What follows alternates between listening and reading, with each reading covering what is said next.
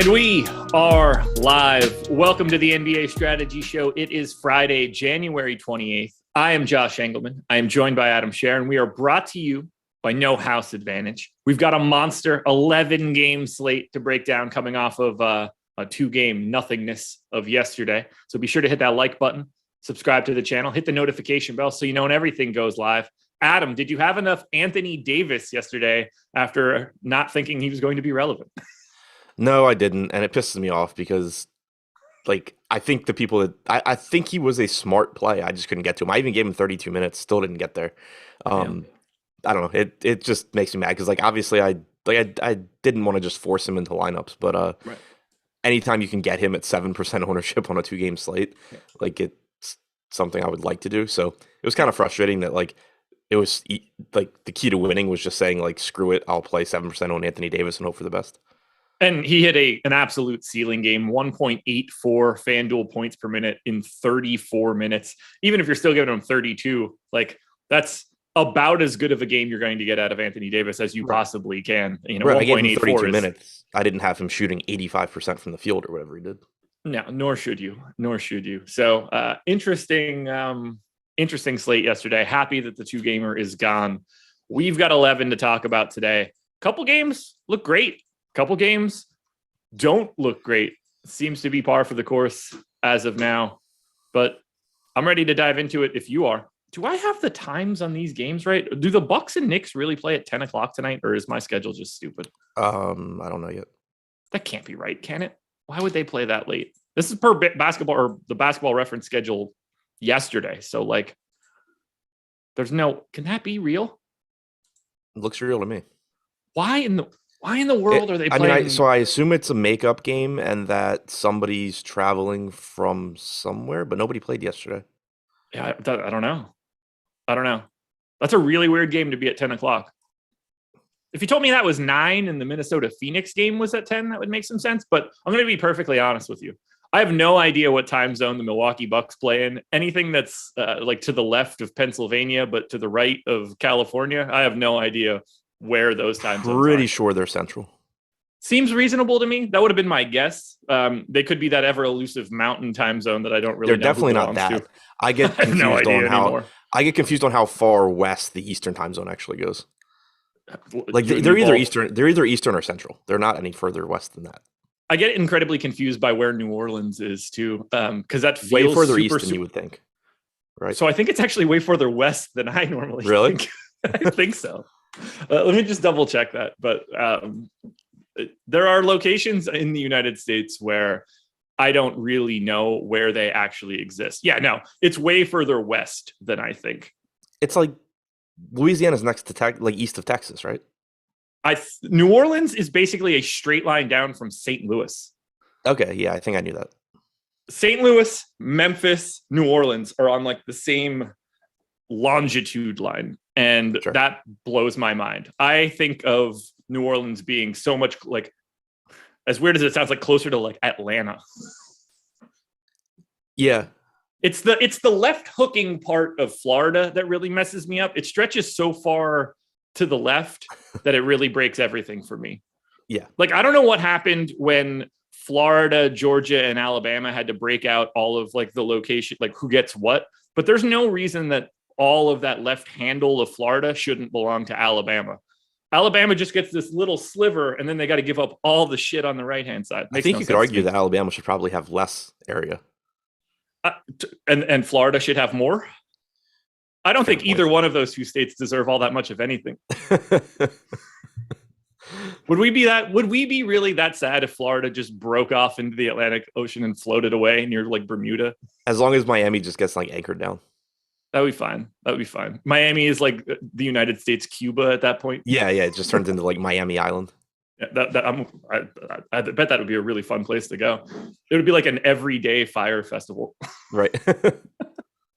What a way to start this show. Let's just talk about basketball because that seems like it's a lot better than Josh and Adam learn geography. The Detroit Pistons are 2-point underdogs in Orlando. This is the only game tipping off at 7 o'clock. And boy, oh boy, is this a steaming pile of garbage. Thank God Cade Cunningham is in this game. We've got Saddiq Bey 27% owned on FanDuel, where he's 5,600. Cade is about 10% owned across both sites. Isaiah Stewart is about 10% owned across both sites. And I think the moral of this story is we probably play a little bit of Sadiq Bey on FanDuel, and maybe you get to Cade Cunningham or Isaiah Stewart, but there aren't really priorities for Detroit unless Cade's going for 70 fantasy points again. You just lost the only person in chat that actually still liked you by trying to kick Florida into the middle of the Atlantic Ocean. I mean, am I wrong, though? What are we missing here? I will not miss it at all. I mean, I like Florida, but again, just give me Miami. I like their I like the temperature, generally speaking. I like the temperatures. I like the beaches. I like the way people look. Yeah, Florida's like East Coast Mexico. Yeah, like it just sticks out of the side. I don't know. Feels like it should be a different country. But yeah, anyway, Cade Cunningham looks pretty good. 7,700 for him on DraftKings looks fine coming off the monster game. Obviously, don't expect a repeat performance there, but it is a good matchup against Orlando. He's going to get a lot of opportunities. He should play 34 minutes or so, assuming the game's competitive. Beyond that, if you want to take some shots at Bey, Lyles, Stewart, that's fine. Wouldn't play Stewart and Lyles together, but nothing that really stands out to me beyond Cade Cunningham. I know, it's kind of just bleak here for Detroit. And it's not that kind of slate where we're on the search for like all sorts of additional plays. We've got 11 games. This has a 211 total. We've got games with 228, 232, 230, 231. This is just not naturally going to be that game. And they play, 10 guys, 24 minutes apiece, more or less. Doesn't make it easier there. I wish I had more to talk about from Detroit, but I don't. Somebody said New Orleans is near Montreal. Montreal messes me up. Like, I think Montreal is where I think Montreal is like north of Minnesota. Where it really is east of Toronto, and that really throws me off. Montreal is slightly east of New York City. Yeah. Like, which is, I would put it where Toronto is, and I would put Toronto further to the left too. In my mind, I think it's because of being like growing up a baseball fan. So you have Toronto in the east, and then like there's no Montreal teams or anything. Like, yeah. Toronto is the easternmost big city in Canada in my head. Sure. Ottawa is to the west of it. Montreal is to the west of that. And that's just all completely ass backwards.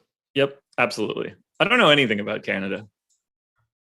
They are our neighbors to the north. How many Canadian provinces do you think you can name? I know I can name a bunch, and then I'd probably name cities that aren't I'd probably get that wrong. I probably could name them all if I had to. I think I could for sure name what are there, 11? I think I could name 8 probably for sure. I'd get a couple things right just because of wrestling. Like, I would know that Calgary is in Alberta because of Bret Hart, but other than that, I don't know shit about Canada. Oh, if I have to tell you what province cities are in, then I'm probably in trouble, but I can name provinces.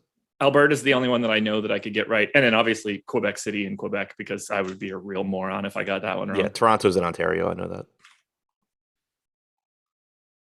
I would get that one right too, because I'm just used to hearing sports say Toronto, Ontario, Canada as like a whatever. It's not important. It's the only place in Canada I've been, so I know that one. I've only been to oh my God, why am I missing it? Oh, Niagara Falls, which is I've been there on the way to Toronto. Barely Canada. Got to use their silly money, which is all that really matters. All right, let's go to Orlando, a team that's way more fun to talk about. I'm just kidding. It's Cole Anthony season once again. 6,400 on FanDuel, 6,800 on DraftKings. He is the highest owned guy on the Orlando Magic. 28% on FanDuel is a healthy number, but I also agree with it. Wendell Carter's around 10 to 15% owned. Mo Bamba for 4,800 on FanDuel, pulling some love. Franz Wagner, 17% on DraftKings. Seems like there's a lot more to like from Orlando, or at least a lot more that seems playable from Orlando. I don't know if we like it a lot. Yeah, I mean, Anthony's price tag still looks very good. 6,800 on DraftKings. Even the bad version of Anthony's averaging over a fantasy point per minute. The good version should be back sooner or later. Franz Wagner at 5,600 looks fine. Carter Jr.'s price tag came down to 67. That looks okay. Bamba looks okay. I mean, it's a good matchup. I think Anthony's the priority, though. Yeah, I think we're on the same page there for Anthony. And my train is canceled.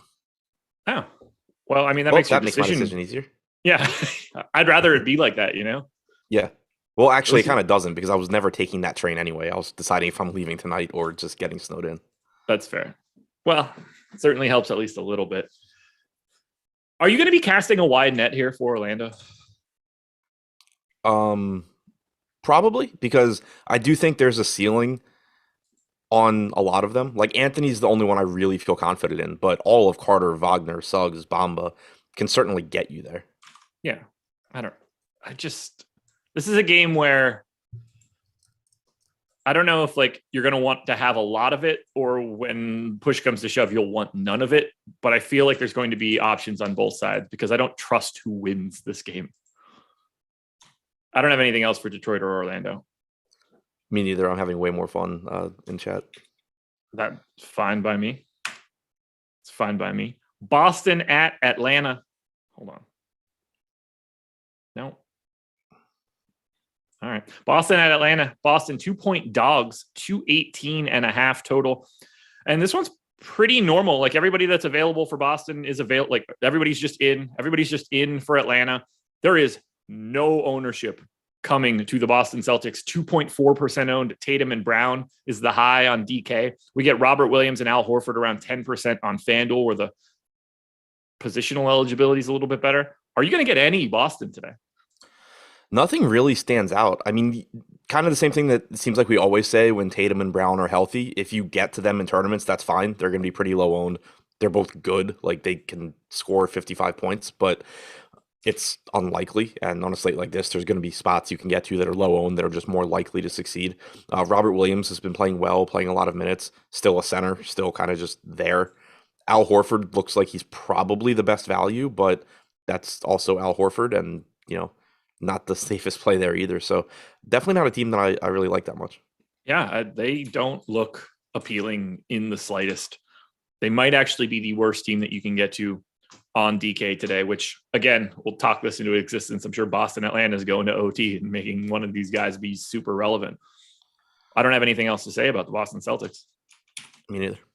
Atlanta's becoming a little bit more complicated, but it's pretty easy today. This isn't a very good DFS game.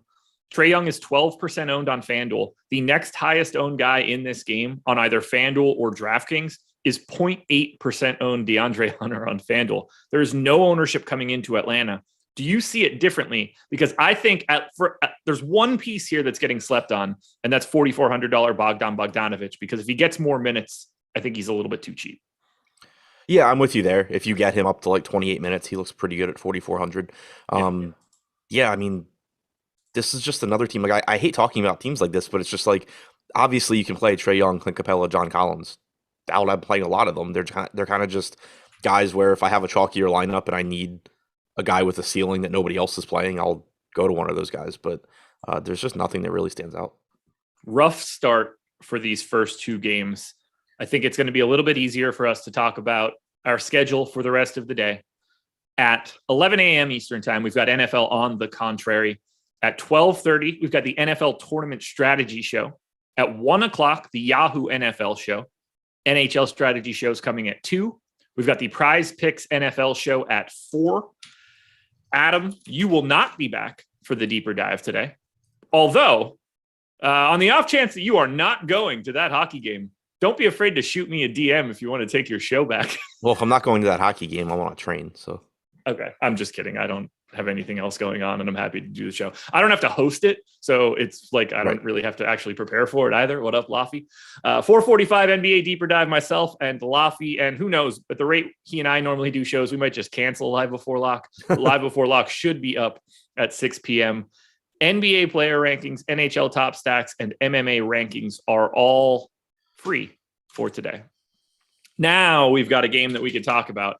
Although the Lakers side of this one is a pure question mark. LeBron James did not play yesterday. We have no concept of their injury report right now because they are on a back-to-back. Anthony Davis did tweak his wrist a little bit, and they want to check that out. It didn't seem to matter all that much for him finishing with the best fantasy score of the day. I think that one of these two guys doesn't play.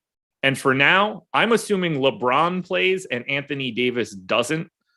I don't have a clue which one that's going to be. But I think that if you want to be honest, it might just be a 25% chance that all four combinations of LeBron in, AD in, LeBron in, AD out, vice versa, both out. I think they're all on the table today. If I had to guess, LeBron and Davis sit, but again, that's purely a guess. I think LeBron's knee thing is legit. Okay. And Davis, I think, is actually a legit injury too, just based on his comments and stuff. But again, like Plus we're the gonna back-to-back for him. right, yeah. Plus the back-to-back. I mean, we'll have this information. I assume it's a 7:30 game. Yeah. But yeah, that would be my guess. But right now, it's just kind of if they're all in, then none of them look that great. If LeBron is out and Davis is in, Davis and Westbrook look good. If Davis is out and LeBron is in, LeBron looks good. If they're both out, Russ looks good. Monk looks better. I mean, there's a million different ways this can go, but the matchup is really good. My assumption for LeBron was just simply that if they knew he wasn't going to play today, I think they rule him out already yesterday for both of them, and he just goes home. Like he's the type of guy that doesn't need to get treatment on the road. Yeah, sure. That's true. I just I don't know. I saw a video of him warming up, like, and grimacing, like every time he put weight on his knee. It didn't not good. Yeah, like like normally you'll see it'll be like, oh, they're warming up, and you'll like when you watch the video, it's like, oh, they look fine, and then 30 minutes later, they're not playing. Yeah. The clip I saw of LeBron warming up, like it was very clear he was not playing yesterday. Okay. So that kind of concerns me. And I'd said it to Lofty on the deeper dive. The way this played out just reminds me of, I think it was last year, maybe it was 2 years ago, where LeBron just out of nowhere got like a Q tag, was day to day, kept being out, eventually was out like 6 weeks. Like that's the first thing this reminded me of. I just have a feeling LeBron misses time. Okay. Well, then, if that's the case. But again, that's not based on anything other than me guessing.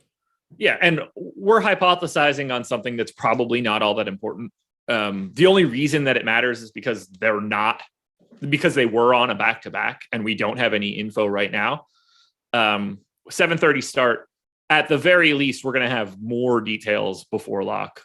So just pay attention to it. Let's go with your assumption then.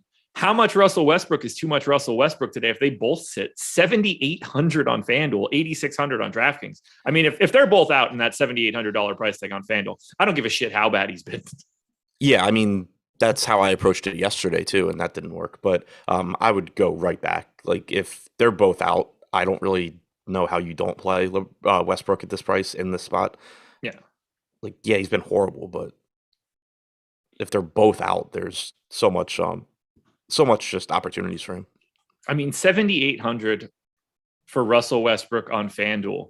If this were just simply a year ago at this moment, and you knew you were getting Russell Westbrook for 7,800 on FanDuel, you'd have to have 100%. No matter the slate size, no matter what happens. Like even when he fails, he succeeds.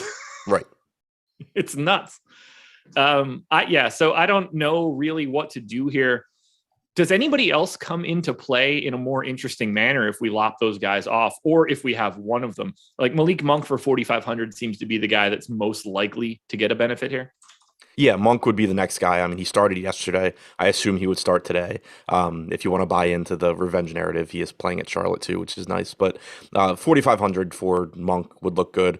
Taylor Horton-Tucker should play more at 3,600, especially if both guys are out. Yeah. If Davis is out, Melo should play more at 4,400.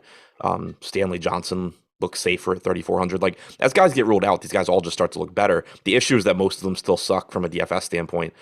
So Monk would be the one that I think you definitely get to first, because he's the one that actually produces reasonably well. All righty. Here's the real tricky piece of this. How many minutes do you expect Anthony Davis to play if he plays? 36?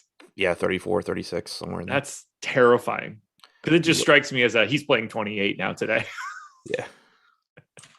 Not fun here for the Lakers, but don't really have anything else that we could possibly say now. On the Charlotte side, however, we are going to be just absolutely smashing this team in a truly aggressive manner. They're already missing some bodies. They're getting an absolutely perfect matchup that could only get better if they start lopping off LeBron James or Anthony Davis. For Charlotte, we're missing Gordon Hayward. We're missing Jalen McDaniels. There's a Q tag on Kelly Oubre coming off of his monster game. let's just assume Kelly Oubre is in for right now. His price is fine, but Miles Bridges price is coming down 7,700 and 7,600. LaMelo Ball is 25% owned on both sites. Cody Martin is 28% owned on FanDuel at 4,300. Mason Plumlee is pulling 15+% ownership. PJ Washington still not getting the minutes, 25% owned on FanDuel, 10% on DraftKings. We're just going to play a lot of Charlotte no matter what news we get for Los Angeles, correct? Yeah, I think so. I mean, LaMelo at 8,400 looks fantastic. Looks like the number one guy there, but Bridges, Rozier, Washington, Plumlee, even Oubre at 5,700. I mean, he can get you 28, 30 minutes. Martin at 4,400 looks like a good value. Just mixing and matching pretty much all the Charlotte guys. I would just say you don't want Washington and Plumlee together, and LaMelo is the clear top guy. Not that I disagree with you on LaMelo, because he looks exceptional. I don't think Bridges is too far behind. I would agree with that. I think Bridges is 36 minutes. Price is coming down. Small forward, power forward. I have them as basically equals relative to salary. Clearly the higher raw point ceiling for Ball. Yeah, I have Ball 1, Bridges 2. Everyone else kind of looks the same. Yep, we're on the same page there. I don't know if you said his name. I know I didn't. I like Terry Rozier. Doesn't seem as good as everybody else. I don't know if that's just a salary thing or. Yeah, he's one of the guys that I think is just kind of there. You're likely to get, 34 minutes or so. 7,600 looks fine. I would get the Bridges before I got to Rozier at that same price, but okay. I think that's probably going to be the consensus opinion as well.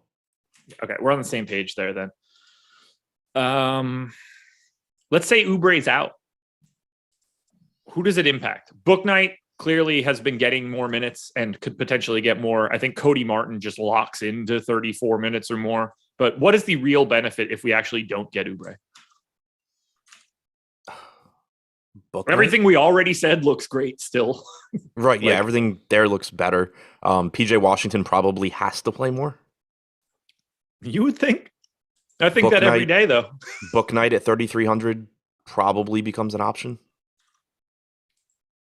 Ish Smith probably just plays because at that point, and then I don't know who, if anybody else enters the rotation. Like they're weird enough that they might just not do anything and everybody plays 40 minutes. Right. I mean, Smith wasn't in the rotation last game. I think you could see him just end up being LaMelo's backup, and then Booknight plays like 20, 22 minutes, something like that.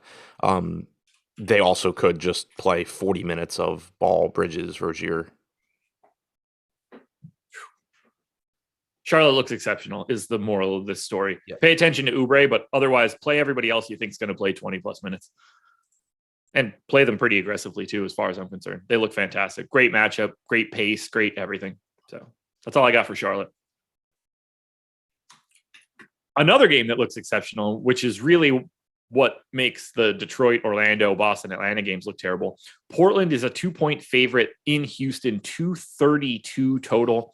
Portland's just snake bit right now. Larry Nance out, Lillard obviously out, Zeller obviously out. Nas Little now picked up an injury.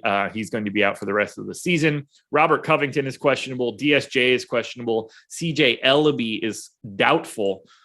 McCollum to me looks amazing. He's like a 20% owned guy. I think he's definitely a guy that you should be prioritizing. But Norm Powell, 6,100 on DraftKings, played 36 minutes the last time out. No reason to suspect that goes away. Simons plays 36 minutes or more every game at 6,800. That looks really good on DK. Nurk looks solid across both sites. Covington, if he plays, I still like because he's going to play. You would expect 36 minutes. Lots to like here in this Portland starting lineup. Yeah, for sure. I have no idea why CJ McCollum continues to be as inexpensive as he is now that he's back to playing 37, 38 minutes in competitive games. He's like a 1.1 DraftKings point per minute guy without Lillard. Then you account for the matchup against Houston, which makes it look a little bit better. Just really difficult for him to actually fail at this price, and certainly can give you a massive game. Nurkic at 8K looks good, assuming you're going to get 32 or so minutes there, could get more, but in a competitive game, I think that's a pretty safe projection. Simons is playing a lot. He's down to 6,800. Norman Powell, 6,100, coming off of a game where he played 35 minutes, so no real reason to think he's limited anymore in his return. All of these guys look really good. Yep, we are on the exact same page there. I wanted to see how many minutes we have with McCollum on and Lillard off for Norman Powell because he was a usage monster in general without Lillard, but some of that was without McCollum. 545 total minutes for Powell this season. God, I hate when it does that. It left Lillard on, even though I took Lillard off. But 149 total minutes this year with CJ McCollum on and Lillard off. Only a 21% usage rate for Powell, 0.84 DraftKings points per minute.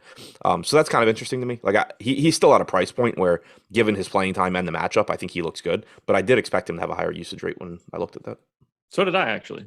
So there is that. What happens here if Covington doesn't play? DSJ not being in doesn't really matter at this point. With Simons playing so many minutes, not sure that it really affects anything if he's in or out. But if Covington doesn't play, it really does. I mean, I think most of it goes to Tony Snell, so it kind of doesn't. Nah, that's fair. Tony Snell is a steaming pile of garbage when it comes to DFS. So then I don't have anything else to add. Yeah. Play a lot of the Portland starters because pace up spot against Houston, who's not very good, is definitely a recipe to have a good night. Houston side, no one on the DraftKings side is in double digits in ownership. It's 7.7% owned Jalen Green at the top. We've got Christian Wood, Kevin Porter, and Jayshawn Tate all just north of 10% on FanDuel. And the problem here is I like most of the pieces for Houston, but they're all like 5 to 10%ers. No priorities, easy filler up and down the lineup. Yeah, it feels like we've been saying the same thing about Houston like night in and night out recently because they just never look the best because there's going to be teams that are banged up. There's going to be teams that just have better players in their price ranges or at their positions. But at the same time, this is another pretty good matchup against Portland. We know the type of ceiling Christian Wood gives you. Kevin Porter Jr. is likely to give you 32 to 34 minutes if this game's competitive. Tate, Gordon, Green, like those guys are all just fine. I think Christian Wood looks the best, but he's also a center, so that is an issue. Like he's $200 more than Yusuf Nurkic. But yeah, it's just a team where I'm more than happy to just round out a lineup with these guys, but I don't think I'm building around any of them. Yeah, they do look just slightly better on FanDuel than they do on DraftKings. No surprises there. Like Christian Wood's got the power forward eligibility. You're just naturally going to get to him more frequently when you can. But I'm with you. Like there aren't priorities. They're just very nice to haves. One slight negative just to mention is that it doesn't sound like we're going to be getting any Christian Wood alongside Şengün for the foreseeable future. Steven Silas said that the eye test and the numbers do not support playing them next to each other. I'm not exactly sure how he reconciles even putting a team on the floor if we're going by the eye test and the numbers, but that seems to be a spot where he's going to draw the line and just play them at center. So for one, that's not great for Şengün because you're talking 16 minutes as a medium projection instead of like 20. But it's also not ideal for Wood because it's that situation where if you play Şengün next to Wood, you can give Wood like 38 minutes and still get Şengün to 18. But if you assume that you're going to just try and give Şengün like 16 minutes a night, Wood can't play more than 32 if you're not playing them alongside each other. It's a very good point. I wish they would do a little bit more of those two guys together because why the hell not? Like, play your best guys as much as you possibly can. See what you have. That's why I kind of laughed when I saw it. I was just like, really? You're drawing the line on not playing Şengün because you don't think he's a good fit alongside Wood, which, like, I'm sure he's right. Like, I have no opinion on that, but who cares? I mean, like, at least figure it out. Here's the most important to that. Like, do you have Wowie up quickly? Yeah. How many minutes have they played together this year? Like whatever it is, it's a pretty small number. And seems like figuring out whether or not that actually does work. 196 minutes. Okay. Yeah, just play it more. There's no downside here. And like you're not playing for anything. Right. Just find out if that works. 190 whatever the hell minutes is not a big enough sample for you to like look at it and think, well, all right, we've made our decision. Yeah, it's 420 possessions. And I mean, the thing for me is just like, even if it doesn't work, who cares? Just get Şengün on the floor, give him NBA minutes. Like, at the end of the day, would you rather Şengün be sitting on the bench watching Christian Wood play or playing some minutes out of position just to be in an NBA game? I mean, Wood is the one that's moving to the 4 in that scenario. So sure, yeah. Şengün is going to play Şengün is going to play exactly how they need him to play moving forward. And Christian Wood is likely to not be on Houston potentially at the trade deadline. So maybe don't be so married to that one. All right, we'll go. I don't have anything else for Houston here. No, me neither. Gets a little bit more confusing on the next one. Utah, 2.5-point underdogs in Memphis. Rudy Gobert still out. Donovan Mitchell questionable. Now he's coming back from a concussion. So if he's available, I just assume we get normal 35 minutes from Donovan Mitchell. I put him in at this point. We are giving no ownership to anyone on Utah on DraftKings except for Hassan Whiteside. I actually would like to get to $9,100 Donovan Mitchell if that's a thing. But Donovan Mitchell is 8,200 on FanDuel. Don't be afraid to roster that one if he's in. Whiteside, once again, 6,500. He is the most owned guy in this game. I don't really want much else from Utah other than Mitchell and Whiteside. Yeah, Whiteside's all that really stands out to me. Played 34 minutes again last game. The minutes are there. It's just a matter of where the production comes in at. But overall this season, he's around 1.2 DraftKings points per minute. So looks pretty good at 6,900. I don't mind Mitchell at 9,100, but I think there's just going to be better options as well. I mean, for example, LaMelo is $700 less expensive. CJ McCollum is $1,800 less expensive. So it turns into one of those where, if I get to Mitchell, cool. He obviously has a ceiling, but I think he's pretty much priced where he should be, while there are a lot of underpriced guys tonight. Okay. Yeah, I don't really have anything else to say here for Utah. If Mitchell is out again, however, are we going to these pieces, or are they just sort of already priced where they should be? I think they're already priced where they should be. If Mitchell is out, it makes guys like Bojan Bogdanovic at 6,700 and Clarkson at 7,200 have ceilings. They certainly have a better chance of success if Mitchell is out because they'll play more and they're going to get more shots up. But they're also priced for that. Bojan Bogdanovic is absolutely not a $6,700 guy in Utah's normal rotation. Clarkson is, a $5,500 guy or $5,200 guy, whatever he's been all season. So they very clearly have adjusted for Mitchell being out. Make sure you're aware of which site you're playing on tonight. Mike Conley, 7,100 on DraftKings, 5,800 on FanDuel. Jordan Clarkson, 7,200 on DraftKings, 5,700 on FanDuel. If Mitchell happens to get ruled out, Conley and Clarkson still look fine on FanDuel at those prices. It's the DraftKings ones that are a bitter pill to swallow. Memphis side. This team's pretty normal to talk about here. Still no Dylan Brooks, no Kyle Anderson, no Tyus Jones. It's what we saw the last time out. Newly minted all-star starter Ja Morant, 10% owned on FanDuel, 10% owned on DK. Desmond Bane and Steven Adams both pulling about 10% on ownership on DraftKings. These guys are just priced a little bit better they're basically the opposite of Utah. They're priced a bit better on DraftKings than they are on FanDuel. Do you have a priority here for Memphis? Ja Morant, obviously. Yeah. But he's 10-3. That's still fine. It's a little bit more expensive than he was last game, but you're getting a lot of minutes for him. He played 37.5 minutes last game. He's really good, obviously, but rates go up even more when Dylan Brooks is out. Still no Brooks, still no Jones, still no Anderson. So those minutes should be there. The usage should be there. I still really like Ja Morant. Yeah, you and me both. I think the ownership at 10% is, perfectly reasonable. Wouldn't mind having a little bit more because he's Ja Morant. I think I like Bane more than I like Morant, just from a roster construction standpoint. 6,100 shooting guard, small forward, came right back and played a ton of minutes last time out. What do you want to do with the rest of Memphis? I think Bane looks fine. I think I like Jackson more than I like Bane. 6,700 on DraftKings, should play around 30 minutes or so. Gets a bit of a usage bump also without Dylan Brooks, which is nice. So I'm interested there. Adams sort of as just filler at 4,700. It's one of those spots where he's pretty clearly a good point per dollar value, but you also have to just consider the position, and that makes him, just more expensive really than 4,700. So he's fine. I don't have any issues with Steven Adams, but also just keep in mind that he's typically not someone that gives you a super high ceiling. DeAnthony Melton played 24 minutes last game. That's something that is always exciting for me because I love excuses to roster that guy. No real confidence that it happens again, but if you want to take some tournament darts, that's fine. But I think to me, Morant is number one. Adams is probably second best when you just in terms of value, but again, the opportunity cost is high. Jackson and Bane, I like both of those guys. Jackson a little bit more.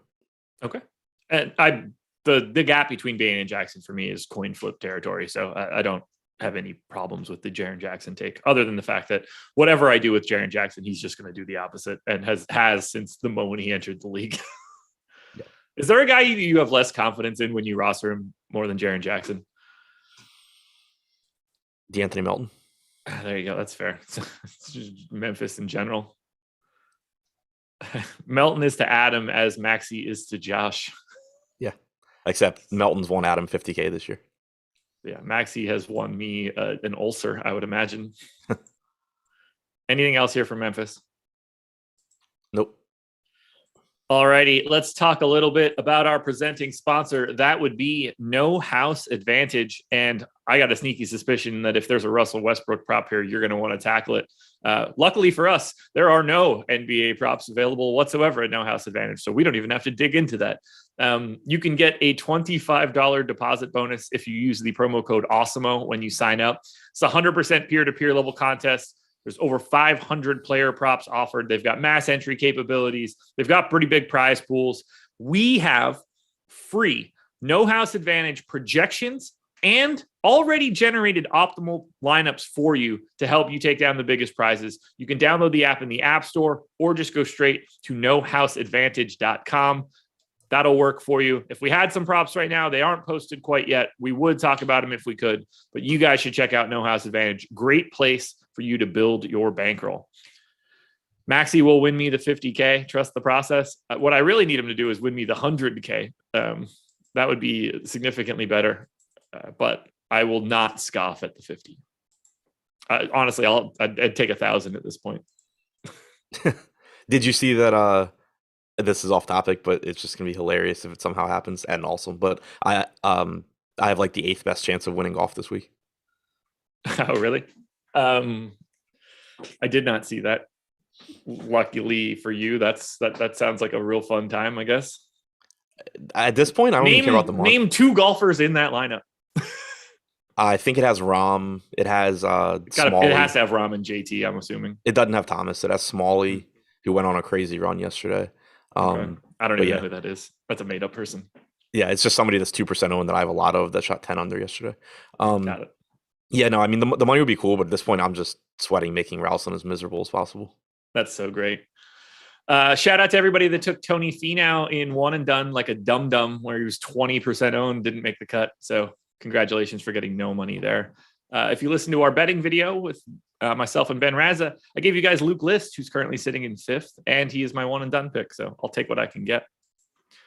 Clippers, 6-point dogs in Miami, 210 total. No Marcus Morris in this one. Obviously, no Paul George either. And still no Kawhi Leonard or Jason Preston. For the Clippers, Terrence Mann, about 15% owned across both sites. Isaiah Hartenstein, 14% owned on FanDuel, where he's just power forward eligible. Riddle me that one. And then Amir Coffey is 10% owned on FanDuel. Are you prioritizing anything from the LA Clippers today? Nope. I agree. I mean, 4K Terrence Mann looks solid, but it's not like he's a good performer. Yeah, like there's guys that you can go to, but the matchup sucks. The rotation sucks.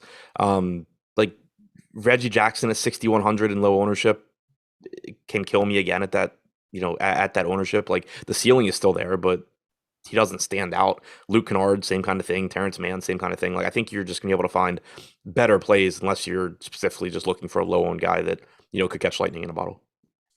Yeah, I don't have anything else really to talk about for the Clippers, barring somebody else getting ruled out. What's going on with Reggie Jackson's minutes?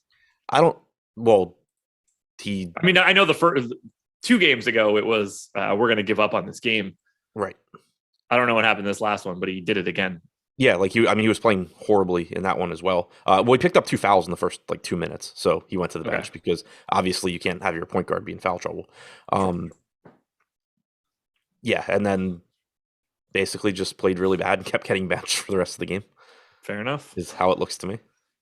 Fair enough.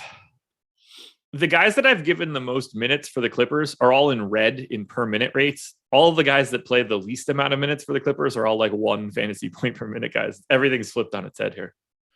Yuck. Opposite side, Miami Heat, Still no Kyle Lowry in this one. Q tag on Jimmy Butler, left big toe irritation. No Oladipo, no Markieff Morris, no KZ Okpala, no Chris Silva. Highest owned guy for Miami, 18% owned Bam Adebayo at 8K on FanDuel, I guess.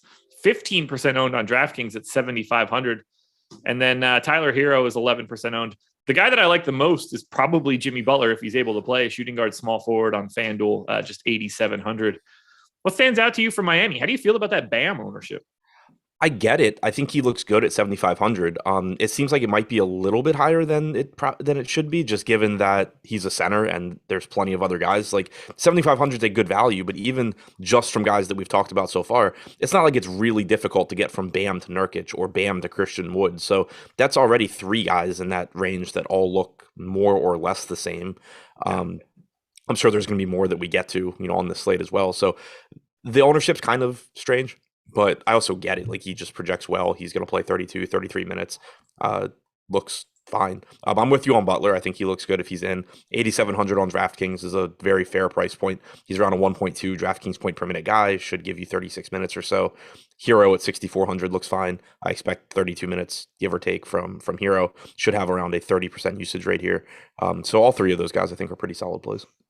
All right.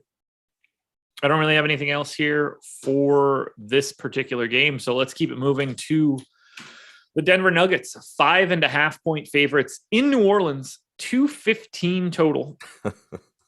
Now what? Someone in chat said, if you watch golf, you need help. And someone else says the person watching people talk about fantasy sports. That's fair. It's very fair. Everybody that's normally available for Denver is available in this one. And the only guy that I think is really worth anything here, well, half and half.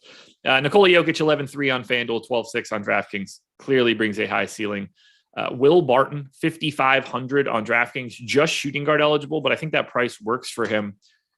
It's mostly just Jokic, and even then, kind of a tough sell. Yep. I hate talking about Jokic these days because it makes me feel like I'm saying I don't want to roster him when really it ends up being very difficult at that price, especially when Barton is in. Like, if you get to Jokic, if a bunch of value opens up between now and lock and Jokic is easy to get to, then by all means, he's pretty much always going to be the highest projected guy on any slate that he's on. But you're paying for it here. And, we've already gotten to many, like, just mid-range centers that can go for 40 or 50. And that just makes it so if you get, like, typically you need guys to exceed their projection anyway to win. But when you talk about the top tier options on a lot of slates, it's like, okay, if they just hit their projection and get me 60 points, like, that's good. But at center and at this price, there's a good chance that enough guys go that are a lot cheaper, go for 45, 50, somewhere in there, that you legitimately need those 70 plus fantasy point games from Jokic. 60 probably isn't getting it done for you. Not only that, with a slate this size, like, just for everybody else that's available, Giannis, LeBron, Trey, Sabonis, Morant, Tatum, Murray, if one or two of those centers do provide that information, then you can get any combination of every other position. That guy that goes off then immediately squeezes Jokic out way easier than it happens the opposite direction. Right. Yeah. Yeah. There's very little overlap at the top on center. Yeah. And yeah, it's a good point. Just even in terms of raw points, like, he projects better than everybody else, but the field, like you were just, the field, there's a pretty good chance he loses to the field. Just, you have to, get which guy. But, he's more likely than anyone else in the field to be the top scorer, but the field is still favored. Exactly. And at center, we just have this never-ending supply of 4K to 7K dudes that just make it pretty difficult to want to try to prioritize that side. How do you feel about that Barton price tag, 5,500? Seems like a decent value, but nothing crazy. Yeah, like I'll get there. It doesn't. I'm not looking at it like, oh, what is DraftKings doing? But I think it's very fair to say he's underpriced. Alrighty. He's like a 0.9-ish fantasy point per minute guy playing 34 minutes at 5,500 in a pretty good spot. Alrighty. Anything else for Denver? No. I was gonna mention Cousins just because he shot like 15 times in 10 minutes last game, but he's center only. It's still just such a difficult sell. New Orleans Pelicans. Obviously, they looked a little bit different their last time out than they do today, but Devontae Graham and Joe Val are both off of the injury report. Josh Hart and Brandon Ingram both have Q tags. We haven't seen Brandon Ingram in a bit. Those Q tags will be important. We have no concept if they're playing, but Brandon Ingram has missed his last two. I have them in for right now, and if everybody is in, it's basically $7,400 Joe Val on FanDuel, $7,900 Joe Val on DraftKings, and probably nothing else. I think we're going to need to see these guys be out to be interesting. Yeah, pretty much how I see it as well. Joe Val looks fine at 7,900. It's another, mid-range center that can go for a massive game.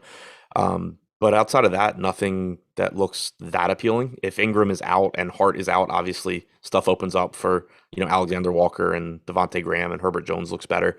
But for now, assuming they're in, I'm basically just interested in Jovel. Yeah, pay attention to the news, obviously. Hopefully we get a little bit of this before lock, but Ingram, clearly a big swing piece. Hart, obviously a big swing piece. If they both happen to get ruled out, we're going to get to something else on the bench. I'm guessing you and I are on the same page here. Jackson Hayes goes back to being the backup for Joe Val, and Willie Hernangomez goes back to not playing. Yeah, that's my assumption. Okay. I got nothing else here for the New Orleans Pelicans. Nope. Well, another team that we definitely need more information for, the Indiana Pacers, 1-point underdogs in Oklahoma City. And just in case you ever want to know how not good Karis LeVert is, Indiana is a 1-point underdog in Oklahoma City. Not good. No Miles Turner still, no Malcolm Brogdon still, no TJ McConnell still. Q tag on Domantas Sabonis. So I've got him in. And if that's the case, I don't think you could roster anything on the Indiana side on DraftKings. I think you can get to a little bit of Sabonis and LeVert on FanDuel just because the prices are a little bit better. But if Sabonis happens to be in, this is one of the worst spots you're going to find. Yep, agreed. His salary didn't come down while he was out. LeVert is expensive. I have a really difficult time getting to anything from Indiana if he's in. If he's out, going back to LeVert makes sense. He's been horrible the last couple of games, but still should get plenty of opportunities if Sabonis is out. It's not a bad matchup, obviously. Goga looks fine at 6,300 if Sabonis is out, but assuming he's in for now, I have nothing on DraftKings. $5,400 Goga on FanDuel is a price tag that you should probably pay attention to if Sabonis happens to be out. These guys look a lot better on FanDuel than they do on DraftKings. Yeah. Last game, Goga still only played 18 minutes, but that was the game where they just got destroyed by Charlotte. He had some first half foul trouble as well. He started and basically was on track to play like 17 minutes in the first half. So I do think if Sabonis is out, you can still be relatively confident going to Goga. Yeah. 32 minutes at 1.1 fantasy points per minute. It's going to be pretty good. The risk would be that against OKC, this is certainly a game where you could just get Brissett at center, like we did a couple of games ago. But I still think as long as he's playing well, I think Goga gets the minutes. All righty. Keep your eyes peeled for Sabonis on this one. OKC has actually sort of stabilized their rotation as of late. It's still a bunch of garbage in and around the rest of the team, but we've got Josh Giddey. Stop me if you've heard this before. 31% owned on FanDuel at 5,700. Just to be clear here, that's way too high. I haven't actually checked to see if we're just like perpetually 10% high on Josh Giddey, but don't play 31% Josh Giddey. Play Josh Giddey, but not at that rate. No ownership north of 10% on the DraftKings side. Dort is 20% owned on FanDuel at 4,800. Kenrich Williams is 15% owned on FanDuel at 3,700. What are we doing with OKC? They're one of these teams that just looks like they have some filler tournament type plays. Obviously, you're never upset about getting to Shai Gilgeous-Alexander, but I'd rather find $1,000 from Morant or save $2,000 and go to CJ McCollum. There's other options as well. So I think he looks fine, but not a priority for me. Same goes for Giddey. Same goes for Dort. Not a whole lot that stands out here at all. No, the FanDuel prices are better. Like 4,800 for Dort is just a lot better than 5,400 on DK. Giddey is $1,600 cheaper on FanDuel than he is on DraftKings. He's just a wildly different play. Are you reading into the extra minutes for Kenrich Williams their last time out? On average, I expect him to play around like 24. Okay. So what did he do last? He got 30. I mean, he closed over Robinson Earl. Certainly something that can happen. Sure. So Yeah, I mean, I think on 0.85 average, fantasy point per minute guy. I think he's interesting today. yeah, 3,700. I don't mind it. Like again, on average, I think he typically is going to land in that like 24, 25 minute range. But even that makes him like a decent point per dollar option at 3,700. And then if he does happen to get into the closing lineup, he looks even better. Yeah, I gave him 24 minutes, which makes him look decent. He's probably over-owned for that right now, but if you're hopeful that he can catch a couple extra minutes, not the worst play in the world. But again, we're through 8 games. There have been very little true priorities here, really up and down the board. This has become to me, it looks like a pretty difficult slate. Now, Chicago, San Antonio, Minnesota, Phoenix, we're going to open some stuff up here, but not the easiest slate at the start of the day. Yeah, it's making me want to play. Me too. Luckily, I am. All righty. Well, 3 games to go. Let's talk about one that has a little bit of intrigue. The Chicago Bulls, 2-point favorites in San Antonio, 229 total. We know that the Bulls are without the boss man, Alex Baker. We know that they're without Lonzo Ball, no Derek Jones, no Patrick Williams. So we've got 20% owned Zach LaVine on FanDuel, where he's 7,500. Continue to do that. That's perfectly reasonable ownership. DeRozan and LaVine are both about 10% owned on DK. Vooch pulling a little bit of love at 8,700 on FanDuel, probably a little overpriced on DraftKings. Dosunmu just plays a ton of minutes, but isn't that kind of guy, or at least probably isn't that kind. I mean, 0.7 fantasy points per minute this season, 0.73 in the last 30 days. Yeah, it's just he's one of those guys where like I see what he does every night in the contests I'm in, and then I look at his season-long numbers, and I think there's just a conspiracy where he's actually a 1 fantasy point per minute guy, and Add More Funds is just lying. Yeah, it's like I got him at 12% usage, and I'm pretty sure that he was just like 15 for 19 from the field. Right. It's like these things don't compute. Anyway, he's available if you're interested. And then we've got Kobe White, 5,300 on FanDuel, 7K on DraftKings. So feel free to just skip him there. But 5,300 on FanDuel seems pretty interesting to me. Kobe White played 24 minutes the last time out. I don't know if you've got any read on why that happened and if that's something that we should expect going forward. But how do you feel about Chicago here? Really nice fantasy matchup, pace-up spot against San Antonio. Yeah, pretty favorable pricing as well. I mean, Zach LaVine with guard forward eligibility at 8,300 is pretty easy to get to. I think that looks really good coming off of a game where he played about 38 minutes. So no reason to be concerned about his playing time at this point. DeRozan played 37 minutes last game. He's only 8,500. He looks very similar to LaVine in terms of projection. I think LaVine is the slight preference just because of the guard forward eligibility as opposed to only being a power forward for DeRozan, which makes no sense, but is what it is. Vooch, 9,600. If you get there, you get there.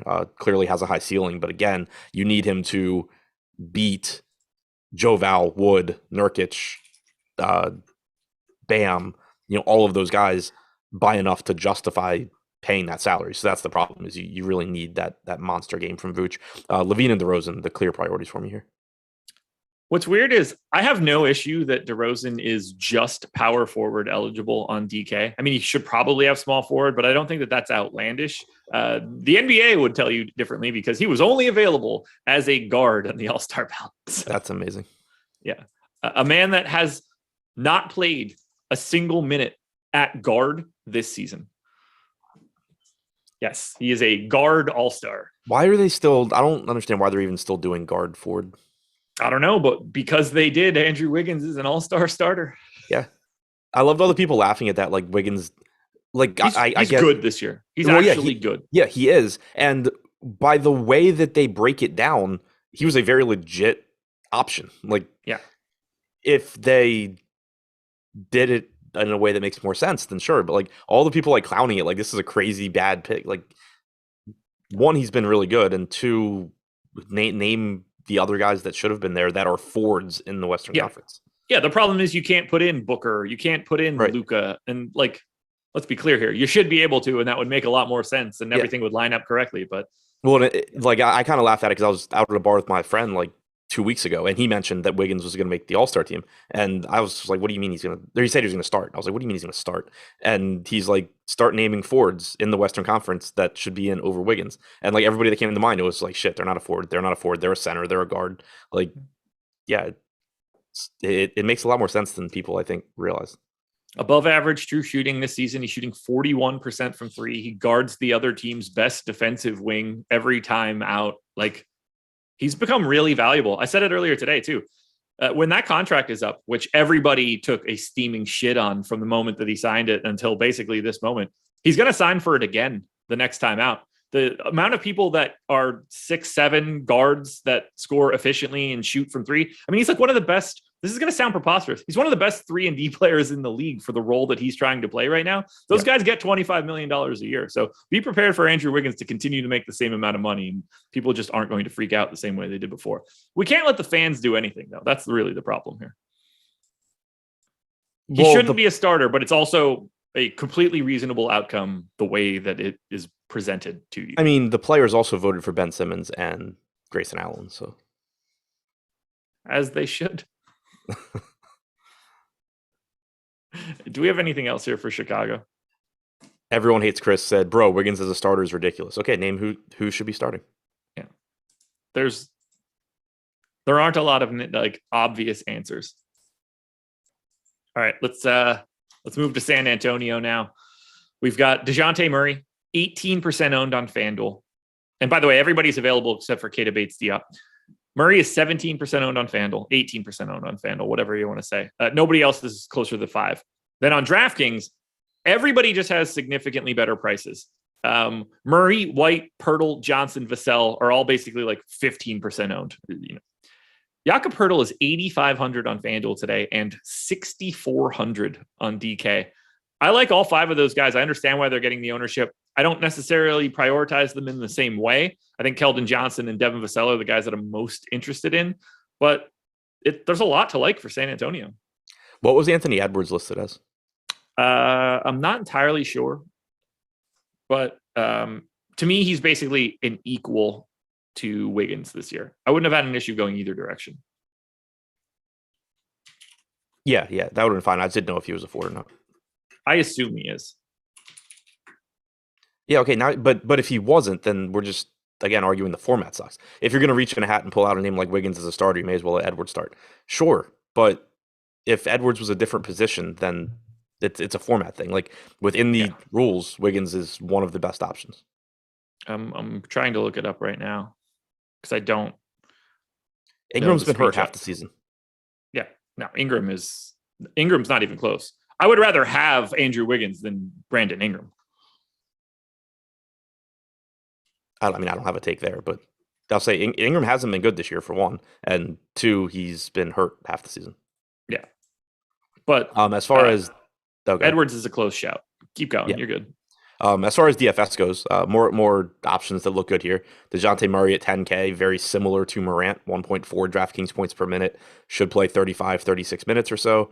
Looks like a very good option. Another reason why, it's kind of difficult to pay all the way up for somebody like Jokic, even though they're different positions. You're getting like a $2,600 discount on DeJounte Murray. Jakob Pirtle, another reason, 6,400 looks like one of the better center options tonight.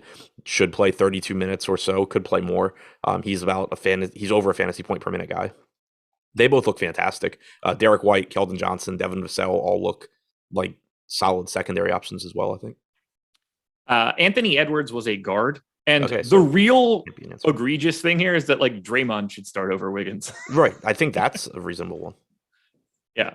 Honestly, if we're being really honest, Rudy Gobert should start and Jokic should just be the 4. Sure. If we want to try to get like the actual best players on the floor at the same time, that would make a lot more sense. It's fun though.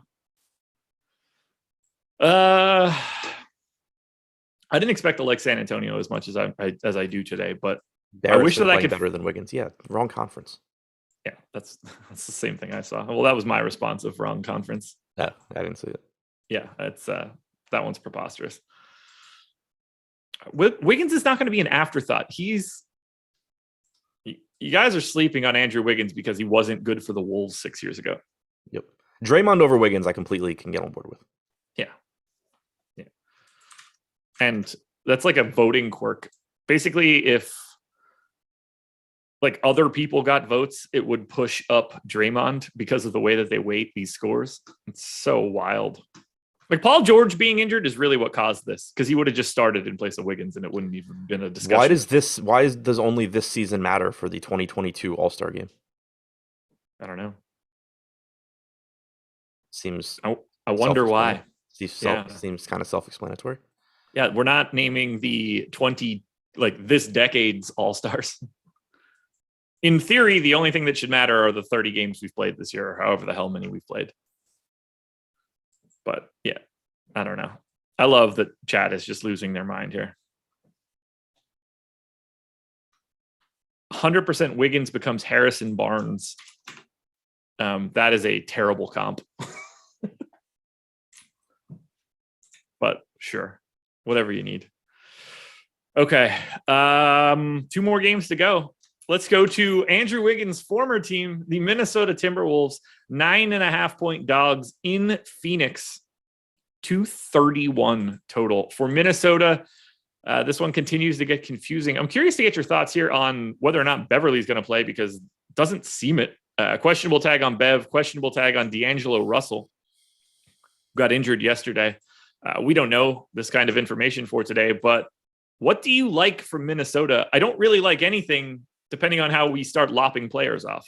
Yeah, it really depends who's active, and hopefully we get some early news. We did get news pretty early on Beverly yesterday, which is another reason that I think it's kind of unlikely he plays today. If he does play at 4,300, I still think he looked good. That's been sort of the conversation in the last couple of days. I think the bigger question, because like if Beverly's in, he looks fine. If he's out, not a whole lot opens up. Jalen Noel as a flyer is fine, but what really I think matters more is if Beverly and Russell are out, or even if just Russell's out, you're likely to get more usage for Towns and for Edwards, more playmaking responsibilities for both guys. I don't think it would make either of them look like priorities either way. I mean, this is still a tough spot at Phoenix in terms of Phoenix being good defensively, but it is also a fast team and 2 guys that can certainly just put up massive scores. I hope that Beverly and Noel are just out. It doesn't feel like Beverly's going to be playing in this game, given the way he was basically like not likely to play yesterday in the early afternoon. Makes me feel like that's not going to happen again today. Don't know what to really read into Noel. I thought I would like Minnesota more. I can't really figure out why they're not popping as aggressively as I thought that they would. Weird situation. For a 230 total, I thought I would like Minnesota way more than I do. I have Beverly in. He is the guy that I want to get to most if he plays on DK. But at the same time, I'm starting to worry that he can't just come in and play 20 to 30 minutes too. Yeah, that's a good point as well. But yeah, I mean, it's kind of just, I think as a whole, they're priced pretty correctly. Like Karl Anthony Towns, you're fine getting to him, but it's kind of like Vooch. Like I'm not going to be upset when I see Vooch in a lineup. I'm not going to be upset when I see Towns in a lineup, but I'm also going to know that I need a hell of a game from Towns to hold off that entire mid-range of centers. Anthony Edwards at 7,900 looks good. I think he looks better if Russell's out. But you're and it's kind of always the case with Edwards. His medium projection isn't typically that good for his salary, but he just has a lot of volatility in his game because he's a high usage guy that's pretty inefficient. So when the shot is falling, he just has ridiculously good games. So it's kind of just guys that I like in tournaments, but I think they're pretty much correctly priced. Phoenix continues to be wildly shorthanded. We have so many dudes out for this Phoenix Suns team. No Jay Crowder, no DeAndre Ayton, no Cam Payne, no JaVale, no Kaminsky, no Nader. They haven't touched Cam Johnson's price with any sort of real aggressive nature, so he's 40% owned on both FanDuel and DK. Might be a little too aggressive, but at the same time, he's playing 36 minutes a game and is very, very clearly an incredible value. Booker and Paul are playing like 36 minutes a game in these spots. I think they both look really, really good. Biyombo to me at 5,800 on DraftKings, still super viable. If you want to get to Mikal Bridges, go for it. Like there's a lot to like for Phoenix. Great matchup and increased minutes for everybody. Yeah, 30 minutes last game for Biyombo. You could potentially see even more here. Booker playing a ton, Paul playing a ton. Johnson playing a ton, Bridges playing a ton. Like this team just looks good. I think Cameron Johnson is clearly the priority at 4,700. It's still just like his salary came up, a little bit from 4,300 last time, but it's still just a situation where for a 0.85 fantasy point per minute guy that's playing 36 minutes, he can have a pretty disappointing game and still at that price just be someone where it's like, yeah, that didn't help me, but I'm still fine. Like it's not going to kill me. And if he doesn't have a normal game, you kind of just need him. So, he still looks really good. I still like Paul. I still like Booker. The pricing, it just gets really interesting in that guard range because, like, I think Chris Paul looks good at 9K. I think Booker looks good at 9,900, but you still have to compare Booker to DeJounte Murray. You have to compare it to John Morant. So it's just a lot there. I think will come down to ownership because I think that you can have your preferences. Like, I think I would lean Morant and then Murray and then Booker, but realistically, they all are the same from a range of outcome standpoint, or pretty damn close to it. So a lot of it's just going to come down to ownership on those guys. Absolutely. Let's see. Yeah, I mean, let's be clear here. Because we got Chandre saying, ask former NBA players who's better. LeBron and MJ comparisons are a joke. You shouldn't ask the former players anything. Current players voted Carmelo Anthony 12th in the front court in the NBA this year. He might not be the 12th best front court player that plays in Los Angeles right now. So maybe we shouldn't be trusting the players to do shit at all. Klay Thompson is 13th in guards in the Western Conference. Maybe we shouldn't be giving the players the ability to do anything at all ever because they're morons. They have no idea what they're doing. Anytime you're voting Carmelo Anthony into the All-Star game in 2022, I don't even know if he deserved it in 2012. Ready to close this one out? Yeah. New York Knicks against the Milwaukee Bucks. Could there be a less interesting late night hammer than this one? Knicks are 9-point dogs in Milwaukee, 215 total. The highest owned guy on the Knicks on DraftKings today is 1.9% owned Julius Randle. RJ Barrett is 13% owned on FanDuel at 6,400. Shooting guard, small forward eligible. Randall and Barrett look okay on FanDuel. I don't think that you can reasonably roster a Nick on DraftKings. Pretty tough. The only one I could see would be Randall at 9,200, but still just no real reason to get there, I don't think. On top of the fact that he's just been god-awful recently. It's just, at best, he's correctly priced, and there's plenty of guys that aren't today. This is just a brutal... Like, they're slow. The matchup is really hard, and none of these guys have a good price. And basically everything is flipped on its head from a minutes perspective. Like Kemba doesn't play enough. Alec Burks basically doesn't play. Quickly plays like 24 minutes a game. The only guy that you can conceivably like want to get to that could fall into minutes is Quentin Grimes, and I don't even feel like he's playable. Right, exactly. The Knicks might be the worst team in the league today, which means that someone or two someones are going to get ruled out at like 8:30 and completely change the script of the Knicks. We'll close it out with Milwaukee. We got Giannis, 11K on FanDuel, small forward, power forward. We've got him 11.8 on DraftKings, power forward center. He's pulling a little bit of ownership on FanDuel at 17%. We've got Bobby Portis, 10% owned on FanDuel, basically unowned on DraftKings. The center-only eligibility isn't ideal, but I'd be okay getting to a little bit of Drew Holiday or Bobby Portis. But again, like, and obviously Giannis whenever. I don't even know if Milwaukee looks all that good because this matchup is so terrible. Yeah, I mean, Portis at 6,500 is just another high upside center option. I think, for example, paying attention to the ownership between him and Jakob Poeltl will be interesting because Poeltl should be higher owned, but there's certainly a chance that you get a bigger gap than is deserved. Portis still likely to give you 30, 32 minutes, but a pretty unappealing matchup for everybody. Giannis, like you said, clearly can just get there whenever you want, but doesn't stand out given, like, I think he's just priced where he should be. Who's a better play today, Giannis or Nikola Jokic? Giannis because of position, probably. Yeah. And, I mean, $800 helps, but yeah. It's just easier to get to Giannis. Yeah, I mean, like, I like the matchup a lot better for Jokic, but yeah, it's just, I think you can kind of build higher up. I think, and maybe I'm wrong and just forgetting somebody, but I feel like power forward's one spot where we didn't really point to anybody that we really liked. So get it, like relative to salary at least. Yeah. So I mean, Cameron Johnson, but yeah. Miles Bridges. Yeah, you can play him at small forward though. Sure. But so those I mean, are like the only two. Forward, those two guys are on a completely different planet than every other person that's listed as power forward today. Right. Yeah. Basically, what I'm getting at is like, if Giannis were a point guard, it's like, yeah, cool. You can just go to Morant. You can go to DeJounte Murray. You can go to all those guys. Power forwards, like, I think got the least opportunity cost. But again, with multi-position eligibility, there's also the factor of you have to compare across positions. So I think that they're both tough sells. I do think I would get to Giannis before Jokic, though, just because of positions. The LeBron MJ stuff just makes my blood boil. LeBron never had the killer instinct like MJ. This is a dude that averaged a triple-double against the best basketball team ever and dragged them to multiple finals. Like, he did more in a series against the Warriors than I've basically ever seen anybody do to carry a basketball team. He was leading the team in points, rebounds, and assists constantly. I don't know what else that dude could have done to step up to the moment. It's insane. Apologies for not beating the 72-10 Golden State Warriors with regularity. Ooh, good God. One last question for you before we get out of here. It's 10:56.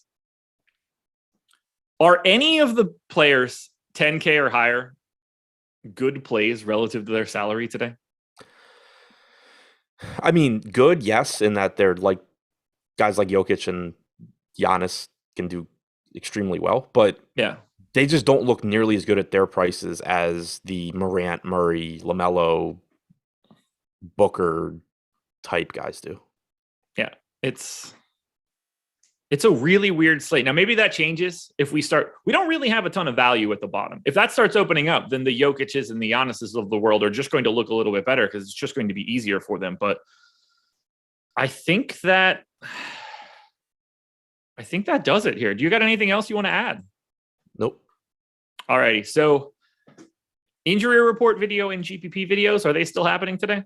Yep.